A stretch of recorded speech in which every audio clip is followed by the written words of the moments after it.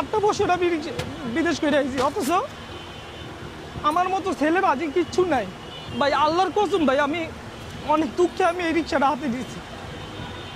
সত্যি কথা বলতে মনের দুঃখ থেকে আর কি আমি কথাটা কইতেছি। অনেক কষ্টে আমি এই রিক্সাটা হাতে নিয়েছি। আমার মতো ছেলে রিক্সা চালানোর কথা না। 8টা বছর আমি বিদেশ করে আইছি, অথচ আমার মতো ছেলে বাজি কিচ্ছু নাই।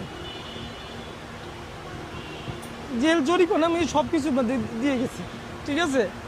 জেল খাইতে পারো বাংলাদেশে আসছে, তো সমর্থন দেন। আমি কি করবো? আমার কাছে তো সেই টাকাও নেই, অনেক ঋণগ্রস্ত ভাই আমি, ঠিক আছে। এই কারণে এই পেশাটা বাইছে নিয়েছি ভাই। এরপরও পুলিশের জ্বালায় গাড়ি চালানোর মতো কোনো ব্যবস্থা নেই।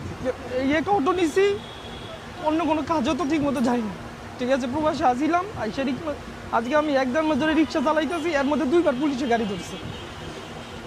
আমার এই টাকাটা কই থেকে আসে ভাই? আমি তো কোনো সাধারণ শ্রমিক, ঠিক আছে। বাস এটাই আমার কথা।